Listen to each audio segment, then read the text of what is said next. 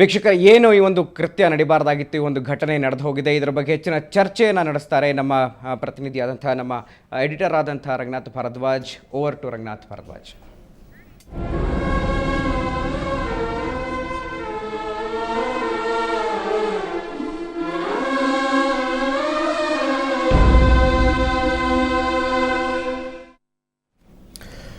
ಹನ್ನೊಂದು ದಿನಗಳ ಕಾಲ ಸಾವು ಬದುಕಿನ ನಡುವೆ ಹೋರಾಡಲು ಆದರೂ ಕೂಡ ಜೀವ ಉಳಿಲೇ ಇಲ್ಲ. ಸರ್ಕಾರ ಏನೇ ಕಸರತ್ತು ಮಾಡಿದ್ರು, ಸಿಂಗಾಪುರಕ್ಕೆ ಹೋಗಿ ಅಲ್ಲಿಂದ ಅವ್ರಿಗೆ ಟ್ರೀಟ್ಮೆಂಟ್ ಕೊಡಿಸಿದ್ರು, ಬಾಲಕಿ ಮಾತ್ರ ಬದುಕುಳಿಲೇ ಇಲ್ಲ.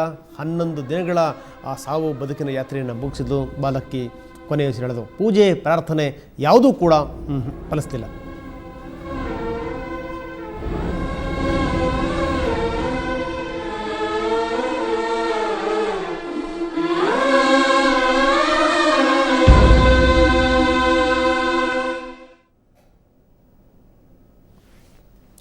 ಹನ್ನೊಂದು ದಿನಗಳ ಕಾಲ ಆಕೆ ಸಾವು ಬದುಕಿನ ನಡುವೆ ಹೋರಾಡಲು. ಸೊ ಎಂಥ ಸ್ಥಿತಿ ಇದೆ ಭಾರತದಲ್ಲಿ ಅಂತ. ಯಾಕಂದರೆ ಭಾರತದಲ್ಲಿ ಸ್ತ್ರೀಯರಿಗೆ ಬಹಳಷ್ಟು ಪ್ರಾಧಾನ್ಯತೆಗಳಿದೆ, ಗೌರವ ಇದೆ, ಮರ್ಯಾದೆ ಇದೆ, ನಾವೆಲ್ಲದನ್ನೂ ಕೂಡ ಹೇಳ್ತೀವಿ. ಆದರೆ ನಿಜಕ್ಕೂ ಆ ಗೌರವ ಮರ್ಯಾದೆಗಳು ಎಷ್ಟರ ಮಟ್ಟಿಗಿವೆ? ಯಾಕಂದರೆ ಬಸ್ನಲ್ಲೇ ಬಾಲಕಿಯ ಮೇಲೆ ಅತ್ಯಾಚಾರ ಏನಾಗಿತ್ತು, ಆ ಅತ್ಯಾಚಾರಕ್ಕೆ ಸಂಬಂಧಪಟ್ಟಾಗಿ ಬೇರೆಯವ್ರನ್ನ ಬಂಧಿಸಿದ್ರು, ಈಕೆಗೆ ಟ್ರೀಟ್ಮೆಂಟ್ ಕೊಡಿಸಿದ್ರು, ಎಲ್ಲ ಸರಿ. ಇದೆಲ್ಲದರ ಜೊತೆಗೆ ಇಡೀ ದೇಶ ಎದ್ದು ನಿಲ್ತು. ಹೆಣ್ಣುಮಕ್ಕಳುಗಳು ಸೇರಿದ ಹಾಗೆ ಎಲ್ಲರೂ ಕೂಡ ಪ್ರಾರ್ಥನೆಯಲ್ಲಿ ನಿರತರಾದರು, ಪ್ರತಿಭಟನೆಯಲ್ಲಿ ನಿರತರಾದರು. ಇಡೀ ಸಮಾಜಕ್ಕೆ ಒಂದು ಸಂದೇಶವನ್ನು ಕೊಡಲಿಕ್ಕೆ ಎಲ್ಲರೂ ಕೂಡ ಸಿದ್ಧರಾದರು. ಆದರೆ ಈ ಬಾಲಕಿ ಮಾತ್ರ ಸಾವು ಬದುಕಿನ ನಡುವೆ ಹೋರಾಡ್ತಾ ಇದ್ಲು. 11 ದಿನಗಳ ಕಾಲ ಆಕೆ ಸಾವು ಬದುಕಿನ ನಡುವೆ ಹೋರಾಡಿ ಇವತ್ತು ಕೊನೆಯ ಉಸಿರೆಳೆದಳು. ಎಂಥ ಒಂದು ಸ್ಥಿತಿ ನೋಡಿ. ಆ ಬಾಲಕಿಯ ಮೇಲೆ ಅತ್ಯಾಚಾರ ಮಾಡಿ ಜೊತೆಗೆ ಆಕೆಯನ್ನು ಫ್ಲೈಓವರಿಂದ ಕೆಳಗಡೆ ಹಾಕಿದ್ರು ಅಂತಂದರೆ ನಮ್ಮ ದೇಶದ ಸ್ಥಿತಿಗತಿಗಳು ಎಷ್ಟರ ಮಟ್ಟಿಗಿದೆ ಅಂತ. ದೊಡ್ಡ ಮಾತಾಡ್ತೀವಿ ನಾವು. ಮಾತೆತ್ತಿದ್ರೆ ಮಹಾತ್ಮ ಗಾಂಧಿ ಹೆಸರು ಹೇಳ್ತೀವಿ. ಮಧ್ಯರಾತ್ರಿ ಹೆಣ್ಮಕ್ಳುಗಳು ಓಡಾಡಂಗಿದ್ರೆ ಮಾತ್ರ ನಮಗೆ ನಿಜವಾದಂಥ ಸ್ವಾತಂತ್ರ್ಯ ಸಿಕ್ತು ಅಂತ ಮಹಾತ್ಮ ಗಾಂಧಿ ಹೇಳ್ತಿದ್ರು ಅಂತ. ಎಲ್ಲದೂ ಕೂಡ ಒಂದು ಲೆಕ್ಕದಲ್ಲಿ ಸವಕಲು ಸ್ಟೇಟ್ಮೆಂಟ್ಗಳು, ಅವೆಲ್ಲವೂ ಕೂಡ ಕ್ಲೀಶೆ ಅಂತ ಹೇಳಲೇಬೇಕು. ಯಾಕಂದರೆ ಇಂಥವ್ರಿಗೆ ಎಷ್ಟರ ಮಟ್ಟಿಗೆ ಶಿಕ್ಷೆ ಆಗಿದೆ ಅನ್ನುವಂಥ ಪ್ರಶ್ನೆ ಕೂಡ ಸಹಜವಾಗಿ ಉದ್ಭವ ಆಗುತ್ತೆ. ಹೀಗಾಗಿ ದೆಹಲಿ ಜನ ಬೀದಿಗಿಳಿದ್ರು. ಕೇವಲ ದೆಹಲಿ ಮಾತ್ರ ಅಲ್ಲ, ದೇಶದ ಬೇರೆ ಬೇರೆ ಭಾಗದಲ್ಲೂ ಕೂಡ ಜನಗಳು ಬೀದಿಗಿಳಿದು ಹೋರಾಟ ಮಾಡಿದ್ರು. ಎಂಥ ಒಂದು ನರಸತ್ತಂಥ ವ್ಯವಸ್ಥೆ ಇದು ಅಂತ ನೇರವಾದಂಥ ಪ್ರಶ್ನೆಯನ್ನು ಹಾಕಿದ್ರು. ಇದೆಲ್ಲದರ ಒಟ್ಟಾರೆ ಪರಿಣಾಮ ಅಂತಂದರೆ ಒಂದಷ್ಟು ನಾವು ಕ್ರಮಗಳನ್ನು ಕೈಗೊಳ್ತಾ ಇದ್ದೀವಿ ಅನ್ನುವಂಥ ಒಂದು ನಾಟಕವನ್ನು ಕೇಂದ್ರ ಕೂಡ ಮಾಡಿದ್ದು. ಬೇರೆ ಬೇರೆ ರಾಜ್ಯಗಳಲ್ಲೂ ಕೂಡ ಇಂಥದ್ದೊಂದು ಪ್ರತಿಭಟನೆಗಳು ಪ್ರತಿಧ್ವನಿಸಿದವು. ಇದರ ಒಟ್ಟಾರೆ ಫಲಿತಾಂಶ ಅಂದರೆ ಎಲ್ಲೋ ಕಡೆಗೆ ಜನ ಜಾಗೃತ ಆಗಿದ್ದಾರೆ ಅನ್ನೋದನ್ನು ತೋರಿಸಿದ್ರು ಕೂಡ ಆ ಹುಡುಗಿನ ಬದುಕಿಸ್ಲಿಕ್ಕೆ ಆಗಲೇ ಇಲ್ಲ. ಸಿಂಗಾಪುರ್ನಂಥ ಹಾಸ್ಪಿಟ್ಲಲ್ಲೂ ಕೂಡ ಆಕೆಗೆ ಚಿಕಿತ್ಸೆ ಸಿಕ್ತು. ಆದರೆ ಚಿಕಿತ್ಸೆ ಸಿಗೋಷ್ಟರ ಮಟ್ಟಿಗೆ ಒಳಗಡೆಗೆ ಎಲ್ಲ ಅಂಗಾಂಗಗಳಿಗೂ ಕೂಡ ಸೋಂಕು ಹಬ್ಬ ಆಗಿತ್ತು. ಹೀಗಾಗಿ ಆಕೆಯನ್ನು ಸಾವಿನಿಂದ ಪಾರು ಮಾಡಲಿಕ್ಕೆ ವೈದ್ಯರಿಗೆ ಆಗಲೇ ಇಲ್ಲ.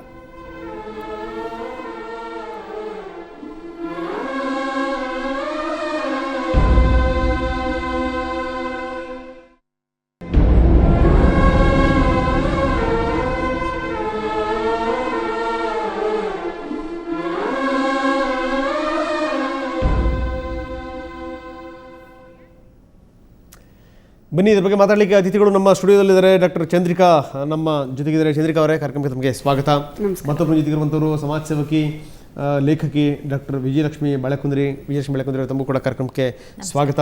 ಸೊ ಇದೆಲ್ಲದರ ಜೊತೆಗೆ ಈಗ ಪ್ರಮೀಳಾ ನೇಸರ್ಗಿ ಕೂಡ ಇನ್ನೊಂದು ಸ್ವಲ್ಪ ಹೊತ್ತಿಗೆ ಜಾಯ್ನ್ ಆಗ್ತಾರೆ. ಪೊಲೀಸ್ ಅಧಿಕಾರಿಗಳು ನಮ್ಮ ಜೊತೆಗೆ ಜಾಯ್ನ್ ಆಗ್ತಾರೆ. ಸಮಾಜ ಸೇವಕರು ನಮ್ಮ ಜೊತೆಗೆ ಜಾಯ್ನ್ ಆಗ್ತಾರೆ. ಇದೆಲ್ಲದರ ಜೊತೆಗೆ ನಮ್ಮ ಪ್ರತಿನಿಧಿಗಳು ಕೂಡ ಬೇರೆ ಬೇರೆ ಭಾಗದಲ್ಲಿದ್ದಾರೆ. ಬೆಂಗಳೂರಿನ ಬೇರೆ ಬೇರೆ ಭಾಗದಲ್ಲಿ. ಬನ್ನಿ, ನಾನು ಆರಂಭ ಮಾಡ್ತಾ ಇದ್ದೀನಿ. ಶೇಷಾದ್ರಿಪುರಂ ಕಾಲೇಜಿನ ಬಳಿಯಲ್ಲಿದ್ದಾರೆ ನಮ್ಮ ಪ್ರತಿನಿಧಿ ಮಸೂದ್. ಶೇಷಾದ್ರಿಪುರಂ ಕಾಲೇಜಿನ ಬಳಿಯಲ್ಲಿದ್ದೀರಿ ತಾವು.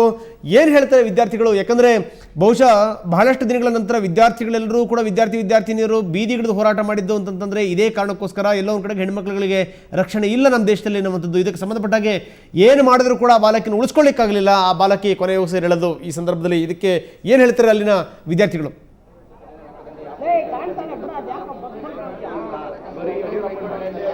ರಂಗನಾಥ್, ಸಿಂಗಾಪುರದಲ್ಲಿ ಏನು ಆ ಹುಡುಗಿ ಪ್ಯಾರಾಮೆಡಿಕಲ್ ಸ್ಟೂಡೆಂಟ್ 23 ವರ್ಷದ ಹುಡುಗಿ ಏನು ತೀರ್ಕೊಂಡಿದ್ದಾಳ, ಆ ನಂತರದ ಬೆಳವಣಿಗೆಗಳು ಇಡೀ ದೇಶದಲ್ಲಿ ತೀವ್ರ ಸ್ವರೂಪ ಪಡ್ಕೊಂಡಿರುವಂಥದ್ದು. ದೆಹಲಿ ಒಂದೇ ಅಲ್ಲ, ದೇಶದ ಬೇರೆ ಬೇರೆ ರಾಜ್ಯಗಳ ಎಲ್ಲಾ ನಗರಗಳಲ್ಲೂ ಕೂಡ ಪ್ರತಿಭಟನೆಗಳು ಜೋರಾಗ್ತಿರುವಂಥದ್ದು. ಪ್ರಮುಖವಾಗಿ ವಿದ್ಯಾರ್ಥಿ ಸಮೂಹ ಇದರ ವಿರುದ್ಧ ದನಿ ಎತ್ತಿರುವಂಥದ್ದು. ಕೇಂದ್ರ ಸರ್ಕಾರದ ನಿರ್ಲಕ್ಷ್ಯತನ, ಕೇಂದ್ರ ಸರ್ಕಾರದ ಬೇಜವಾಬ್ದಾರಿತನ, ಮತ್ತೆ ಆಕೆನ ಉಳಿಸ್ಕೊಳ್ಳೋಕ್ಕಾಗದೇ ಇರುವ ಅಸಹಾಯಕತನ, ಇವೆಲ್ಲದರ ವಿರುದ್ಧ ವಿದ್ಯಾರ್ಥಿಗಳು ದನಿ ಎತ್ತಿರುವಂಥದ್ದು. ಎಲ್ಲ ಕಡೆ ಪ್ರತಿಭಟನೆ ಮಾಡ್ತಾ ಇರುವಂಥದ್ದು. 15 ದಿನಗಳ ಕಾಲ ಏನು ವಿದ್ಯಾರ್ಥಿಗಳು ಪ್ರತಿಭಟನೆ ಮಾಡಿದ್ರು, ಅದೇ ಸಂದರ್ಭದಲ್ಲಿ ಎಲ್ಲಾ ಧಾರ್ಮಿಕ ಕೇಂದ್ರಗಳಲ್ಲೂ ಕೂಡ ಪ್ರಾರ್ಥನೆಗಳನ್ನು ಕೂಡ ಮಾಡಿದ್ರು. ಆಕೆ ಉಳಿಲಿ, ಆಕೆ ಮತ್ತೆ ಮೊದಲಂತ ಆಗ್ಲಿ ಅನ್ನೋ ರೀತಿಯಲ್ಲಿ. ಆದ್ರೆ ಈ ಪ್ರಾರ್ಥನೆ ಫಲಿಸ್ಲಿಲ್ಲ, ಆಕೆ ತೀರ್ಕೊಂಡಿದ್ದಾಳೆ. ಈಗ ವಿದ್ಯಾರ್ಥಿಗಳ ಪ್ರತಿಭಟನೆ ಬೇರೆ ಒಂದು ರೀತಿಯಲ್ಲಿ ಅಂದ್ರೆ ಇನ್ನಷ್ಟು ತೀವ್ರ ಸ್ವರೂಪ ಪಡ್ಕೊಳ್ಳೋದ್ರಲ್ಲಿ ಅನುಮಾನ ಇಲ್ಲ. ಹಾಗಾಗಿಯೇ ದೆಹಲಿನಲ್ಲಿ ಸಾಕಷ್ಟು ಕಟ್ಟೆಚ್ಚರ ಹಾಕಿರುವಂತದ್ದು. ನಾವೀಗ ಬೆಂಗಳೂರಿನ ಶೇಷಾದ್ರಿಪುರಂ ಕಾಲೇಜಲ್ಲಿ ನೀವು ಇಲ್ಲೂ ಕೂಡ ಇಡೀ ಕಾಲೇಜು ಎಲ್ಲಾ ವಿದ್ಯಾರ್ಥಿಗಳು, ಎಲ್ಲಾ ಉಪನ್ಯಾಸಕ ಸಮುದಾಯ ಇದ್ರ ವಿರುದ್ಧ ದನಿ ಎತ್ತಿರುವಂತದ್ದು. ಈಗ ನಾವು ನೋಡ್ತಾ ಇರಬಹುದು, ಇಲ್ಲಿ ವಿದ್ಯಾರ್ಥಿಗಳು ಎಷ್ಟೊಂದು ಜನ ನೆರೆದಿದ್ದಾರೆ. ಆಕೆ ಏನ್ ಸಾವಿಗೀಡಾಗಿದ್ದಾಳೆ, ಆಕೆ ಪರವಾಗಿ ಮತ್ತೆ ಕೇಂದ್ರ ಸರ್ಕಾರದ ವಿರುದ್ಧವಾಗಿ ಇವರೆಲ್ಲ ಮಾತಾಡ್ತಾರೆ. ಒಂದಷ್ಟು ವಿದ್ಯಾರ್ಥಿಗಳನ್ನ ನಾವು ಮಾತಾಡ್ಸೋಣ, ಏನಂತಾರೆ ಇದ್ರ ಸಂಬಂಧಪಟ್ಟ ಅಂತ. ಏನ್ ಹೇಳ್ತೀರಾ ಇದ್ರ ಬಗ್ಗೆ? ನೀವು ಏನು ಓದ್ತಿದ್ರಿ? ನೀವೇನು ಓದ್ತಿದ್ದೀರಾ? ನಿಮ್ಮ ಹೆಸರು? Second PUC. First of all government, Karnataka government ಸರಿ ಇಲ್ಲ. ರಾತ್ರಿ 8 ಗಂಟೆ ಮೇಲೆ ಗೌರ್ಮೆಂಟ್ ಬಸ್, BMTC ಬಸ್ ಬರಲ್ಲ, ಬರೀ ಪ್ರೈವೇಟ್ ಬಸ್ಗಳೇ ಬರ್ತವೆ.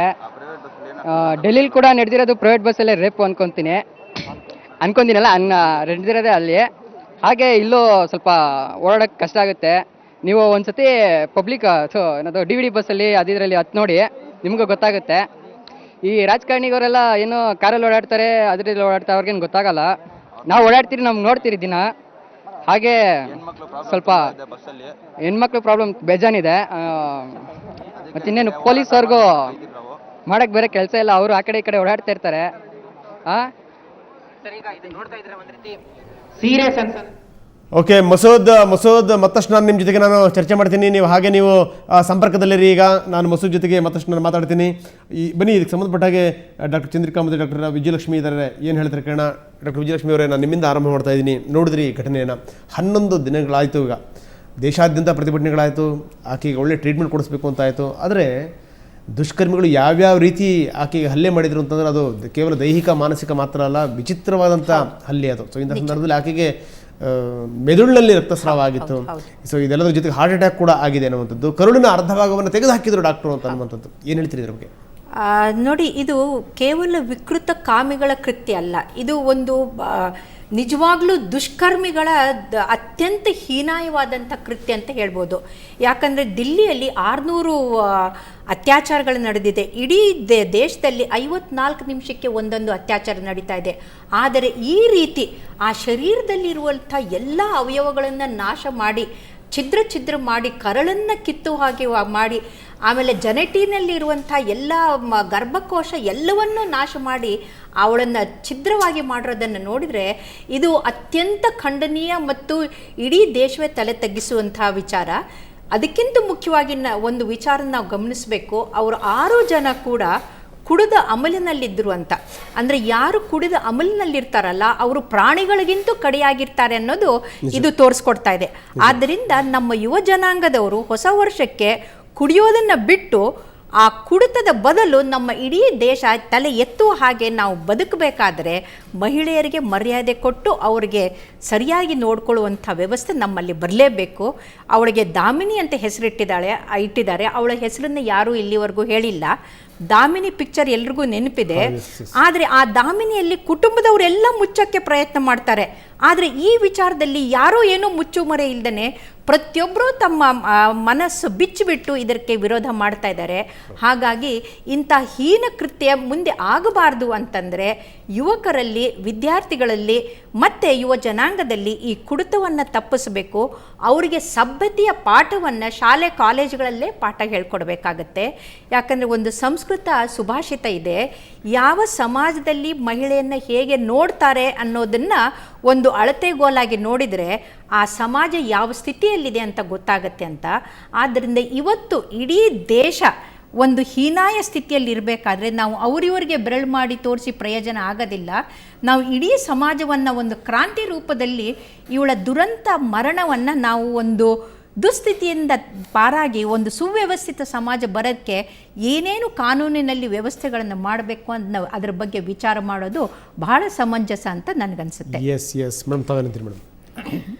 ಅದೇ ಇದು ಏನಂದರೆ ಮೇಡಮ್ ಹೇಳ್ದಂಗೆ ಅತ್ಯಾಚಾರ ಆಗ್ತಾನೆ ಇರುತ್ತೆ. ಆದರೆ ಈ ರೀತಿ ಒಂದೊಂದು ಆರ್ಗನ್ನು ಕೂಡ ಫೇಲ್ಯೂರ್ಗೆ ಹೋಗಬೇಕು ಅಂದರೆ ಇಷ್ಟು ಒಂಥರ ಅಮಾನುಷವಾಗಿ ಮಾಡಿದ್ದಾರೆ ಅಂದರೆ ಯಾವ ರೀತಿ ಅವ್ರಿಗೆ ಪನಿಷ್ಮೆಂಟ್ ಕೊಡ್ತಾರೆ ಅನ್ನೋದ್ರ ಮೇಲೆ ಮುಂದೆ ಜನ ಇದನ್ನು ಫಾಲೋ ಮಾಡ್ತಾರಾ ಅಥವಾ ಇದರಿಂದ ಫುಲ್ಲು ಬೇರೆ ರೀತಿಯಾದ ಒಂದು ಸೊಸೈಟಿನೇ ನಮಗೆ ಸಿಗುತ್ತಾ, ಅದು ಡಿಸೈಡ್ ಆಗುತ್ತೆ.